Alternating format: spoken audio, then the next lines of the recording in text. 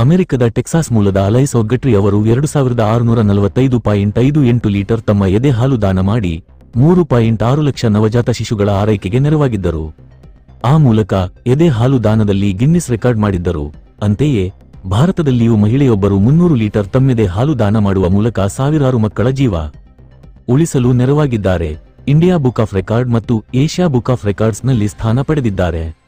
ತಮಿಳುನಾಡಿನ ತಿರುಚಿರಾಪಲ್ಲಿಯ ಕಟ್ಟೂರು ಗ್ರಾಮದ ಮಹಿಳೆ ಸೆಲ್ಲಾ ಬೃಂದಾ ಅವರು 2023ರ ಏಪ್ರಿಲ್ನಿಂದ 2025ರ ಫೆಬ್ರವರಿವರೆಗೆ 300 ಲೀಟರ್ ಎದೆ ಹಾಲು ದಾನ ಮಾಡಿದ್ದಾರೆ. ಅವರು ದಾನ ಮಾಡಿದ ಎದೆ ಹಾಲು ಅವಧಿಪೂರ್ವ ಜನಿಸಿದ ಮಕ್ಕಳು ಮತ್ತು ಗಂಭೀರ ಕಾಯಿಲೆಗಳಿಂದ ಬಳಲುತ್ತಿರುವ ಸಾವಿರಾರು ಮಕ್ಕಳ ಜೀವ ಉಳಿಸಲು ನೆರವಾಗಿದೆ. 2 ಮಕ್ಕಳ ತಾಯಿಯಾಗಿರುವ ಬೃಂದಾ ಅವರಿಗೆ 2023ರ ಫೆಬ್ರವರಿಯಲ್ಲಿ 2ನೇ ಮಗು ಜನಿಸಿತು. ಆ ಮಗುವಿಗೆ ಜನಿಸಿದ ಸಮಯದಲ್ಲೇ ಚಾಂಡೀಸ್ ಕಾಮಾಲೆ ತಲುಲಿತ್ತು. ಹೀಗಾಗಿ ಮಗುವನ್ನು ಎನ್ಸಿಯುನಲ್ಲಿ ಇರಿಸಿ ಆರೈಕೆ ಮಾಡಲಾಗುತ್ತಿತ್ತು. ಬೃಂದಾ ಅವರ ಎದೆ ಹಾಲನ್ನು ಪಂಪ್ ಮಾಡಿ ಮಗುವಿಗೆ ನೀಡಲಾಗುತ್ತಿತ್ತು. ಈ ವೇಳೆ ಬೃಂದಾ ಅವರು ತಮ್ಮ ಹೆಚ್ಚುವರಿ ಹಾಲನ್ನು ಅದೇ ಎನ್ಸಿಯುನಲ್ಲಿದ್ದ ಇತರ ಶಿಶುಗಳಿಗೂ ಒದಗಿಸಲು ನಿರ್ಧರಿಸಿದ್ದರು. ಅಂದು ಅವರು ಮಾಡಿದ ಆ ನಿರ್ಧಾರ ಅವರು ಈವರೆಗೂ ಎದೆ ಹಾಲನ್ನು ದಾನ ಮಾಡುವಂತೆ ಪ್ರೇರೇಪಿಸಿದೆ. ಅವರು ಮಹಾತ್ಮ ಗಾಂಧಿ ಸ್ಮಾರಕ ಸರ್ಕಾರಿ ಆಸ್ಪತ್ರೆಯ MGMGH ಎದೆ ಹಾಲು ಬ್ಯಾಂಕ್ಗೆ 300.17 ಲೀಟರ್ ಎದೆ ಹಾಲನ್ನು ದಾನ ಮಾಡಿದ್ದಾರೆ.